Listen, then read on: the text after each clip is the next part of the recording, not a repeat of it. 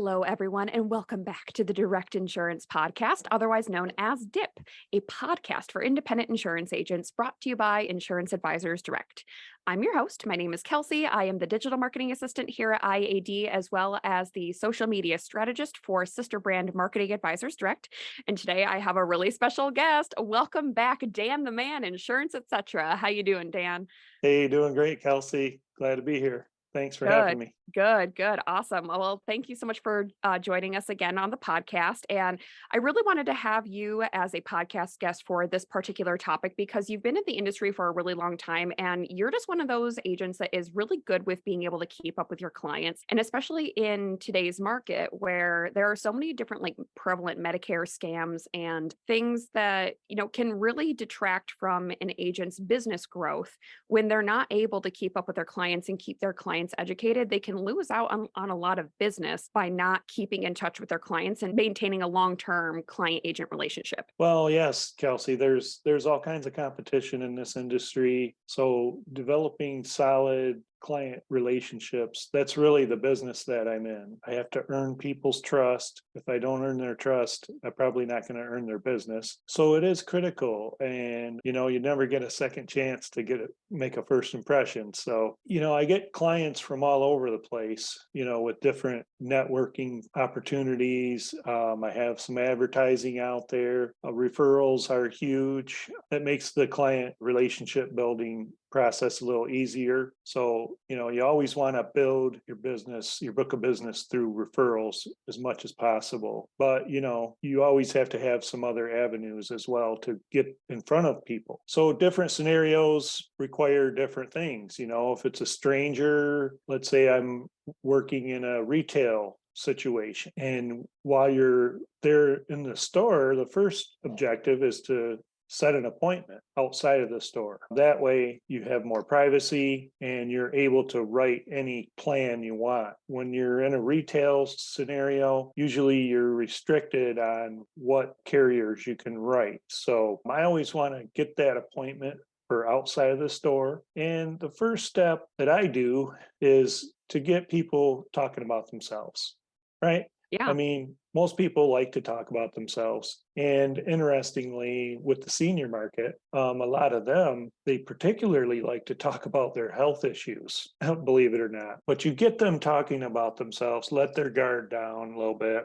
I always like to ask them, well, how many kids and grandkids do you have? Are they close by? And then, you just get them gushing about the grandkids and how proud of them they are and blah, blah, blah, So that's a good first step, right? But in the long term, right, you want to maintain communication with your clients. Some clients I become very close with. Some of my clients I've known for years through different jobs or whatnot and things like that. So it's easier. But, I'm a golfer. I like to golf. So, hey, if I find a client that's a golfer, I might say, hey, let's go golfing, or different things like that. So there's just a variety. Every person is different, has different needs in that regard. There are clients that I talk to maybe once a year, but once I've established that initial trust relationship, it's pretty easy, right? Because they're getting bombarded from all directions with all the advertising and marketing that's going on out there. And most of them, they just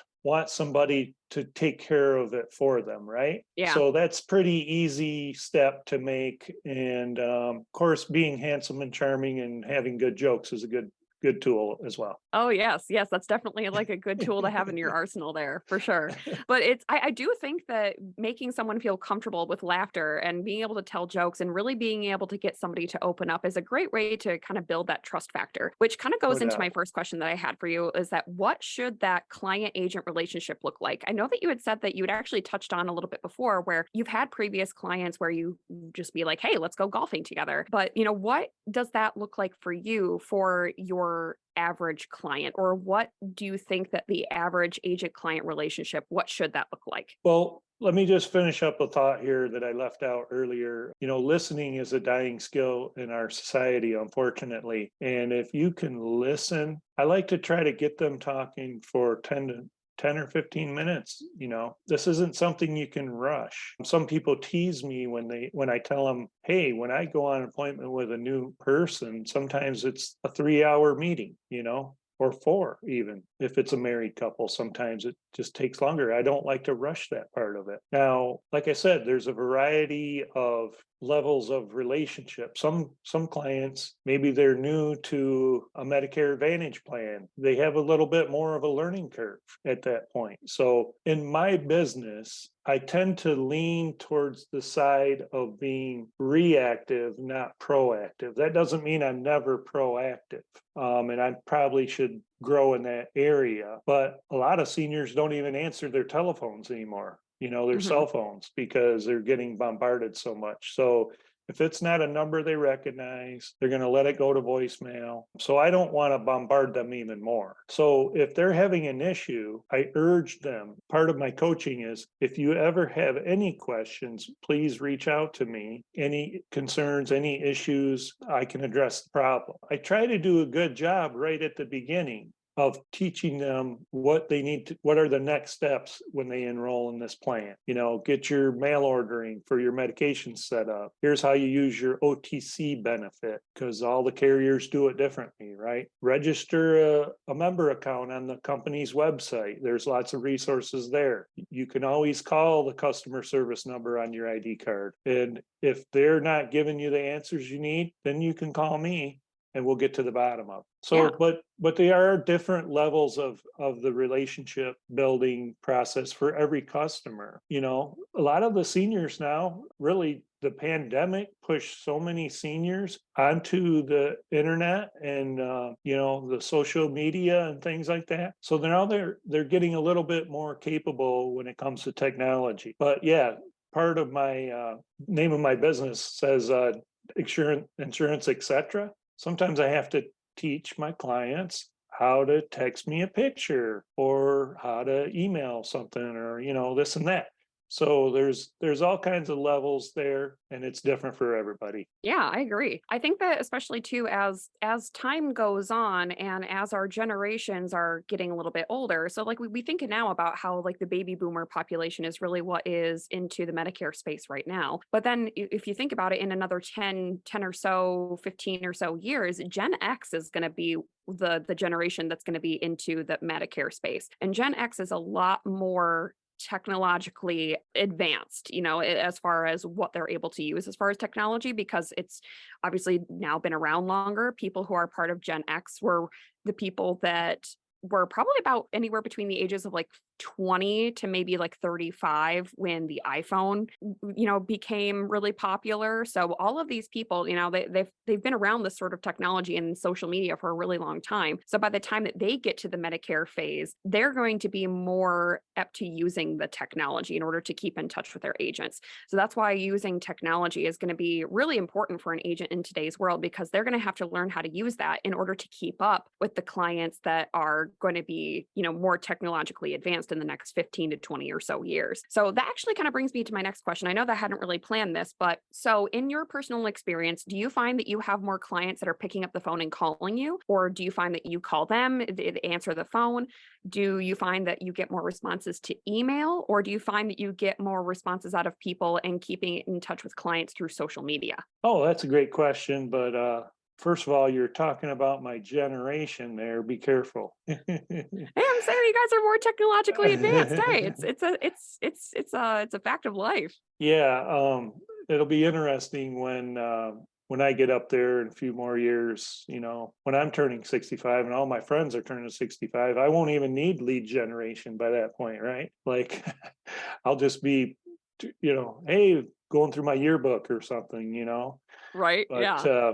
yeah, so what gets the best response is what your question was, right? Essentially, And yeah. and so the majority of my contact with my clients is through the phone. I've done a lot of personal networking in my business. as well, from different walks of life. So I see a lot of my clients as I'm socializing or what have you. So obviously, face to face contact is always the best kind. There are several that will email me. I encourage my clients, please text me. I only have one phone number, so you can call me or text me on that. So there's a variety, but I would say the majority of the contact that I'm doing right now is still phone calls, but a lot of things can be solved through a simple text. Yeah. If a client has an issue and they text me and say, hey, what's going on with this? Then I might be able to just shoot them a quick answer, or I might have to text my field sales rep for that particular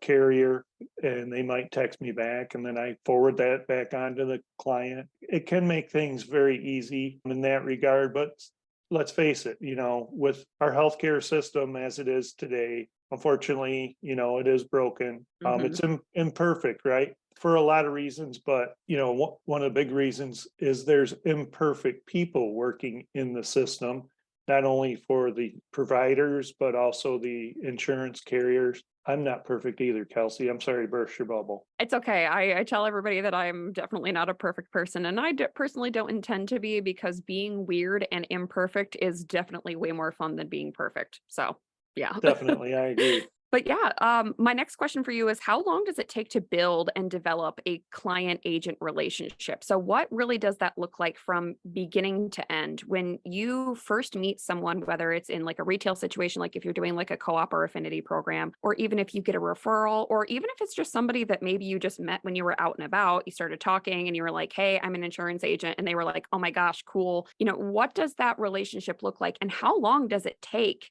to get from first contact to closing?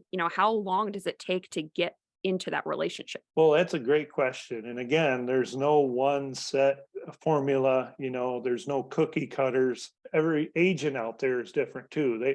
I do it my way. I do what works for me, but different agents do things differently. Now, I've had occasions where, for example, I have several of my neighbors, that's like almost an instant. They're closed already. As soon as they ask me to review their insurance, I already know basically in my heart, I'm pretty confident that Yeah. um, But it's once I because you show already have a them, relationship with them too, because like they've known right, you, they live by you, they already kind of yeah, like know a little bit about you. But so yeah, for somebody who's a complete stranger and who doesn't know you, it might take them a little bit longer to develop that relationship of trust and rapport. well, exactly. So let me give you a few examples if you don't mind. I would say that I got a new neighbor across the street a few years back, right? I didn't know her, but like in the wintertime when I'm out doing my snow blowing, I would go over and do Pat's driveway and sidewalk. Just because I'm out there already, I do my next door neighbor, Mary. She's 90 years old now. Her sons are nearby, but it's a community. We're all just out there. And then I take the snowblower and I go up the hill and down to the intersection, and whatnot. But anyway, I didn't really know Pat across the street, but I would just snowblow for her, and this and that. And then one day we just happened to come up, the question came up, and there you go. So that's one example. I'll do a retail one. So I'm sitting in a Walmart store last annual enrollment period. Granted, I've lived in my community for my whole life. I've been a city councilman for 20 years. That ended over 5 years ago. But I know a lot of people just from networking and different things. And I've done different jobs. I've been around here. People know who I am. That's the first step, right? Yeah. People do business with people that they know, Hmm. that they like, and that they trust, right? Yes. So 100%. so anyway, last fall during the annual enrollment period, I'm sitting in Walmart. Here comes a lady I used to go to church with, and I haven't seen her in years. We were pretty good friends and things in the past. And so Julie came up and she's like, "What are you doing?" And when she realized I was offering, help with Medicare, she's like, "Oh my God, Dan." She says, "I've been praying and losing sleep over what to do with my plan. And you do this now?" Well, what do you think? That was already closed. All I had to do was go do the appointment, right? Yeah.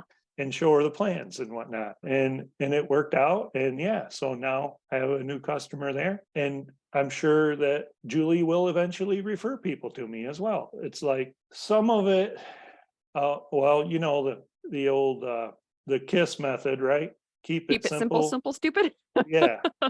Yes. So I try not to overcomplicate things, right? Like a lot of stuff just comes natural to me. A lot of business just comes natural to me. I mean, I can be walking through the grocery store, buying my groceries, or at the gas station, and maybe I see a gentleman with a veteran hat on. Well, hey, sir, how many years did you serve? Well, thank you for your service, And maybe we get into a conversation, maybe we don't. I don't push it. I'm fortunate enough to where I'm a good place with my business. I have a good solid book of business. Referrals come in all the time, just out of the blue. So I don't have to work really, really hard at building my book, but I'm building my book from within. Yes.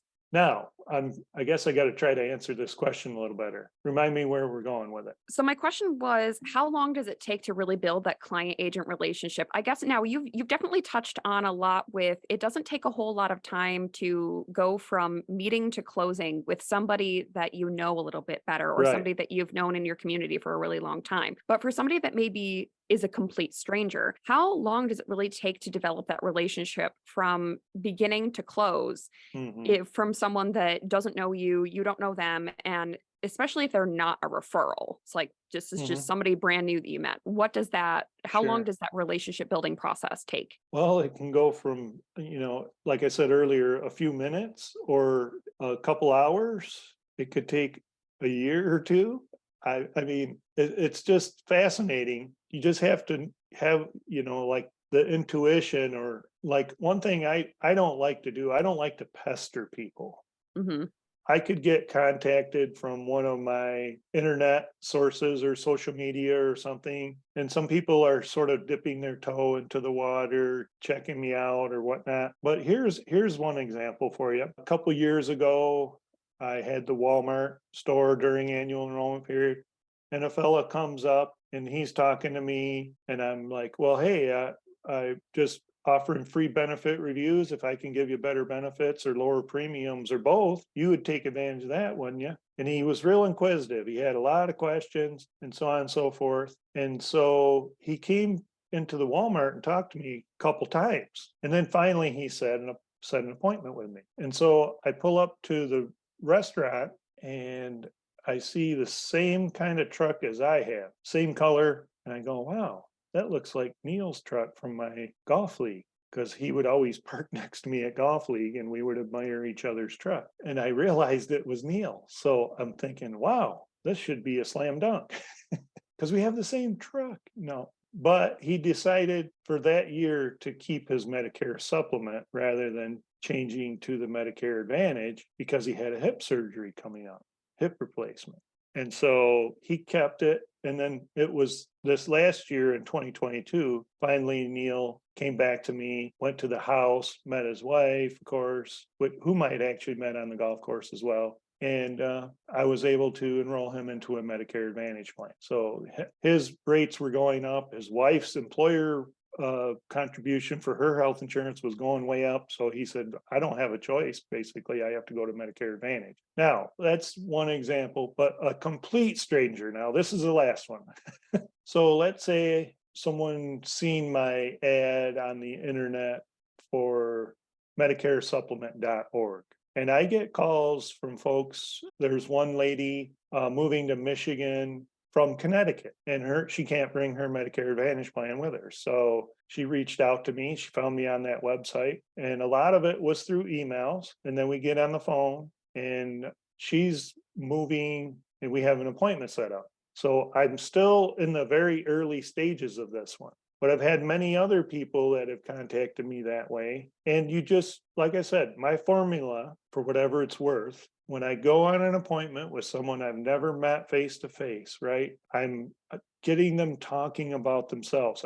In the meantime, while I'm doing that, I want to know about their health conditions. If they're very ill, if they're on chemo or radiation or dialysis, I may not want to put them on a Medicare Advantage. Medicare supplement might be best for them. So as I'm getting to know them, I'm also finding out about their health conditions. I get them talking about their family, their kids, their grandkids, and then I tell them about who I am and how I do things, the Dan the Man method, right? Like just, hey, I love helping people. I love it so much. I served 20 years on the city council and got, my head beat in a lot of times for that, even though no matter what I did, you're always upsetting half the people. So I give them my story, right? I throw in a couple jokes, but just try to get them to see that I'm a genuine person, that I can be trusted. I'm self-employed, so I can't afford to put you in a plan that hurts you, right? I'm building my business through referrals. So it's human nature. If I achieve my mission statement with you to give you the most insurance you can get for the least amount of money, help keep as much of your own money in your own pocket as possible, then human nature, you're probably going to tell your family or friends about me. So just like I do, when I find a good dentist or chiropractor, auto mechanic, things like that, that's just your human nature. So I'm human too. So I'm just trying to help folks. And if they believe in me, we're going to find a fit, whether it's what I think they should have, or maybe they decide they want something else. That's okay too. I have many carriers I'm appointed with, so I'm flexible. But the time frame in that situation with a stranger, you want to get that trust established before you even start presenting some. Mhm. Another thing I like to do is I like to let customers know, listen, I'm not under any kind of quotas or anything. I don't have to write a policy here today to pay my bills, to eat supper. I don't have to write a policy. I don't have a manager, over my shoulder saying, oh, you got to give me 10 this week, 10 this week. Nothing like that. Because I'm in the friend making business, right? I go on several appointments, I don't close a sale every appointment. Sometimes I have to go back a second time, or sometimes a third time, even maybe even more before I actually get the sale. Sometimes I don't get the sale this year. Sometimes I get the sale next year, but that's okay, because if I can't help you with better benefits or lower rates or both, if I can't do that today, you might still know some people that I can help, right? Yeah. And then, so maybe you refer someone, maybe I go help them, they're well satisfied. They say, Kelsey, you got to go to Dan, go to Dan the Man, let him help you. It's not an overnight process, right? I guess from all of my different sales jobs and the city council work I've done, I've just, number one, I've became a listener. Yeah.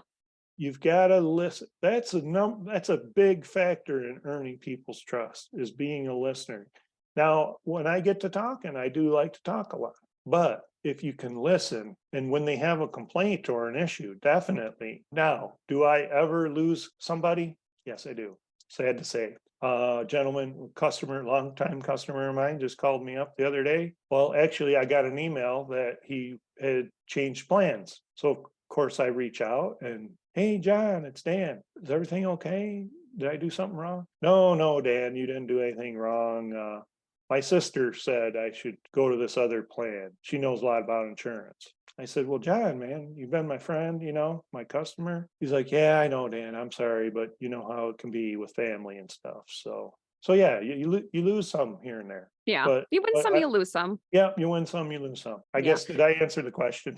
In the very, very long sense, yes. Okay, But let so I think me, that the let me, total answer here is that it depends, right? So there's never like a one size fits all formula to beginning to end when it comes from first meeting someone to closing on the sale, and then also being able to maintain that relationship in the long term afterwards. Is that essentially what you're doing when you first meet someone, is that you're building a business funnel. So you had kind of touched on it before, where you had said something about being like a city councilman and being in your community, and the fact that people know you and trust you. Step number one is generating brand awareness. And that can be done either through in-person networking, which is going to bring you the highest level of results, is when somebody meets you in person first. Because by the time that somebody's able to meet you, see your face, shake your hand. That in and of itself is step number one. And that is your first step to closing, as it would be instead of maybe sending out a bunch of different like direct mailers. Because in that sense, nobody's able to really see your face. They're not able to shake your hand. That level of trust and rapport is a lot further away than it would be if you were to meet someone in person. And then the next step is going to be engagement. So engagement is kind of like when they start to interact with you or your business, either in person or online through either social media, other digital forms of media, or maybe they are contacting you with questions or whatever the case may be. And then the next step is going to be able to convert them. So you're able to kind of start setting up that appointment. You're really able to kind of get them a little bit more interested in what you do as a business. And then the last phase is going to be obviously where they become your customer, where you do end up closing the sale. But the longest term portion of this business is really just the long term after the sale. So a lot of people would argue that the portion to building up to the sale is the most important part of the relationship. But in my opinion, it's actually the after is what is probably going to be considered the most important, because it's going to generate those referrals like you said, but it's also going to assist with your renewals as well. But so for you, what does it take for you to maintain a long-term agent client relationship? Like, what are the types of CRM tools that you use? Do you have like an actual like physical paper book that you keep full of everybody's telephone numbers, email addresses, or even like their street addresses? Do you kind of keep that in like a physical like paper book? Do you do it in like an online platform? What does that look like for you? Yeah, well, as we were talking here, there's no secret sauce. There's no magic formula or equation, A plus B equals 5. There's just every situation is different, obviously, as we discussed. Now, as far as client management systems, yeah, I do use Trustee Select Pro. I've just started using that actually in the last couple of years, but I really like it. But it's more for the biggest thing I use that for is for the medication lookups. Usually, when you do that, there may be a link to the carrier enrollment site. I don't do that. I go right to the carrier's enrollment tools to do that. It's mostly just to have one database where everybody is. I don't have every single client in there at this point. I have put everybody in there from the time I started using it, but I didn't go back and move my old clients into that. I keep a copy of every enrollment application that I make in case I need to reference that later on. I guess I'm maybe not the most organized as far as using all the tools that Trustee Select Pro offers, but as my business grows, I literally have hundreds of clients. You got to have something to keep yourself organized. Definitely, I have opportunities to grow in that area, but yeah, keeping in contact with the client, definitely important just to keep that relationship. Yeah, I agree. How often would you say that you contact your clients? Like, is it, how often would you say you contact them either through phone, email, or through social media? What does that contact frequency look like for you? Yeah, again, there's no set, like I don't have like a quarterly, maybe I should be doing a quarterly newsletter, something to that effect, or a quarter or a monthly email blast or something. Right now, I don't do anything like that. And as I said earlier, the way I've been doing it now, which doesn't mean it's the right way to keep going, we all constantly have to evolve things in what we do, but it varies client to client. Some clients need a little more hand holding, with the learning curve and everything of how to use the new benefits and things like that. Some clients just call me up. Hey, how you doing? Are you back from Florida? They just want to chit chat. Some senior citizens are lonely, let's face it. But as far as me reaching out to them, unless there's somebody that I'm real close with, I'm not out there pounding, on their door, blowing up their phone or whatever. As I said, I've tended so far, and maybe this will change, I don't know. I've tended to keep myself in more of a reactive stance throughout the year during annual enrollment period. Yeah, if there's a new plan with more bells and whistles than last year, then yeah, I'm definitely going to be reaching out as best as I can to everybody. So that's just kind of the way I do it, and it works. But can I get better at what I do? Yeah, yeah, I definitely have room for growth. I I haven't arrived. Yeah. I'm not at my final destination yet. So Yeah, I think that there's definitely room for growth in everybody's business. I like we were saying before that nobody's perfect. We don't anticipate on being perfect, but there are a couple different things that we can do in today's world in order to keep up with our clients. Some of which that I actually had in some notes here that I wanted to kind of read off, because there is kind of like a sweet spot in being able to maintain communication with previous clients because some people want to be contacted more frequently. Like you said, there is a little bit more hand holding involved, and then others might not want to hear from you as often. I'm kind of one of those people where I don't really want to be contacted very much afterwards. It's like if I need something, I will reach out to you, but more often than not, I don't want somebody like blowing me up, at least not in like email or like calling me on the phone very often. But at the same time, everybody is different. You could also contact people for like birthdays, anniversaries, or if they have like birth of their children or grandchildren, or if they're going to be retiring soon, etc. Those milestone days are really, really great ways to get in touch with people and are always like a good bet because it's a great way for you to either A, just kind of like show your appreciation and remind people like, hey, I'm still here. I'm still your friend. And I still want to maintain some sort of relationship with you. Even if it's just a, hey, I've been thinking about you. And that to a lot of people goes a long way. I actually have a family member who is, so my dad's youngest brother, he and his wife separated about 15 or so years ago, but my aunt once removed her new husband. He'll send me like a Facebook message like every now and again, just to be like, "Hey, kiddo, been thinking about you. Hope everything is doing well." And we don't necessarily have to have like a really long, lengthy conversation, but it's always really nice to just be like, it puts a smile on my face to always get that Facebook message from him. Another great way to stay in touch with your clients is through email CRM, and that can be again done for like birthdays, anniversaries, the birth of their children or grandchildren. And like we were saying before, I had like the Trusty Select Pro. That's another great way for you to keep in touch with all of your clients. There are other different various like CRM tools that you could use as well. I know a couple of agents that just keep all of their client contact information in a like an Excel spreadsheet or something, which is fine because it's a great like digital way to kind of keep everything in one place. But it is really nice to be able to sift through everything in terms of like when is this person due for either a change to their Medicare plan or maybe insert option here. But so the next way for you to be able to keep in touch with your clients is to really blow them away with a handwritten note or like a handwritten card, whether that's just like a birthday card, something for them to get in the mail. A lot of the times, things that we get in the mail these days are not very exciting because most of the time it's either bills or they are either like those other like direct mailers where people are getting bombarded with information about Medicare. So for you to send your clients a handwritten note to say like, hey, I've been thinking about you, or like happy birthday, happy anniversary, that's something that's like a really, really nice personal touch that people really love getting in the mail. It's like a nice little Christmas present to them. Another yeah, great way to keep in touch with people is through community events. So being able to run into those old clients and show new potential clients that how they will be treated after they close a sale with you. It's always really great to maybe go to like a reunion or something, and maybe you've had some previous clients that you'd worked with before, and that kind of shows the people that haven't worked with you yet, like, oh my goodness, this person just seems really, really nice. They keep in contact with people.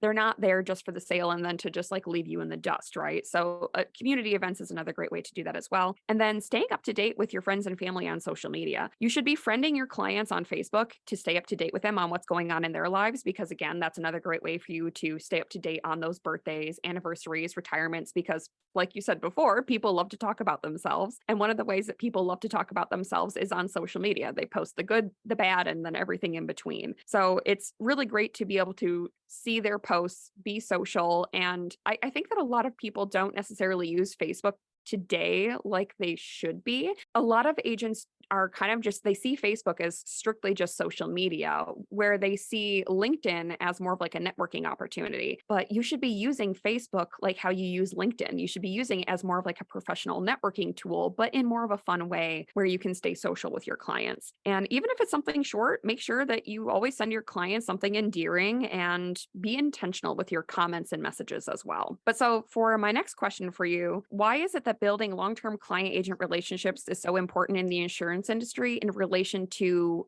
referrals, renewals, and just in general, like maintaining that friendly relationship. Well, for sure. It's one of the biggest important things, most important things that you can have in your business is to have long-term relationships. I mean, if I have a client that refers someone to me, even if they just refer one person, that's going to help secure them. I don't think they're going to probably plan on leaving me unless I screw up something real bad, right? As long as I stay in contact with them at least on a yearly basis. Hey, how you doing? How's your health? Has your medications changed? Has your doctors changed? No? Okay, you can stay with the one you got. Nobody's outdone them yet, blah, blah, blah.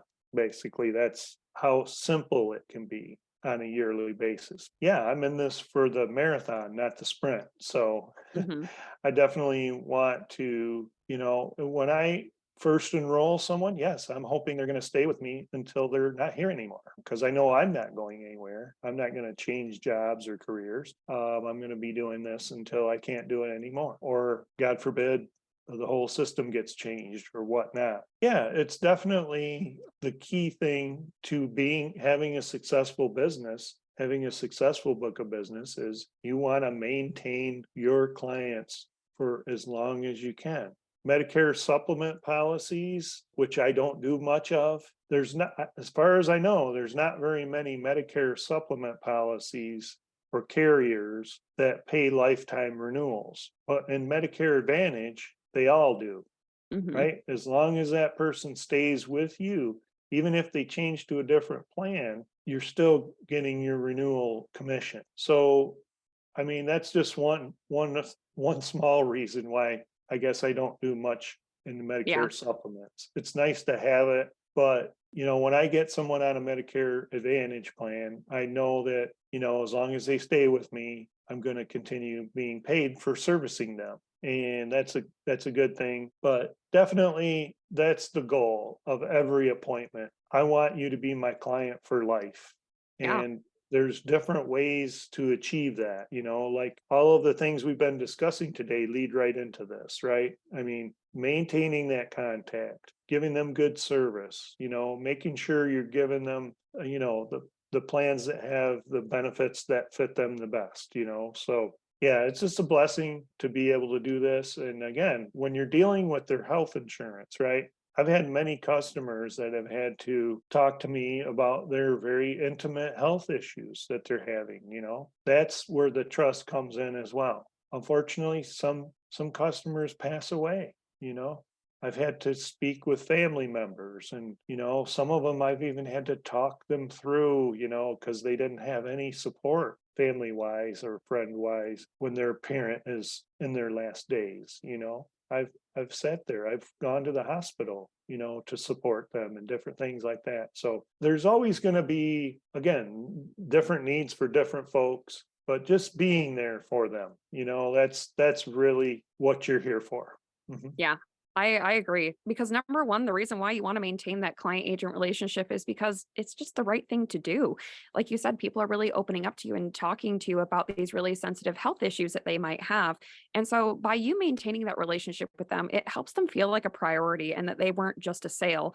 And so it kind of gives you that this is why I love doing this job and why I love helping people. And really, like the true what you're doing is providing a solution to somebody. You're not just selling an insurance product, you are really providing a solution to people in regards to this healthcare system because, like you said, it is pretty broken. And until we come up with a better solution, this is kind of just what we're working with here. So you're helping people with a solution to help them maintain a healthy lifestyle as well as maintaining as much money in their own pocket as you can, like you said before. It also helps keep the communication lines open between the client and the agent because they trust you with their needs and their questions. So a good client agent relationship will always make it easier to make more sales because happy clients, like you said, refer you to their friends and family. They also leave you good reviews, which is another great way to gain additional clients too. And then if you sell multiple product lines, it's easier to cross sell. So if you are in the Medicare space, you're also in the U65 space as well with the ACA. And also, if you sell life insurance or annuities, that's another great way to cross sell with those clients as well. And then returning clients, if their needs ever change, you'll be the first one that they come to, unless you're that one gentleman that said, I listened to my sister instead.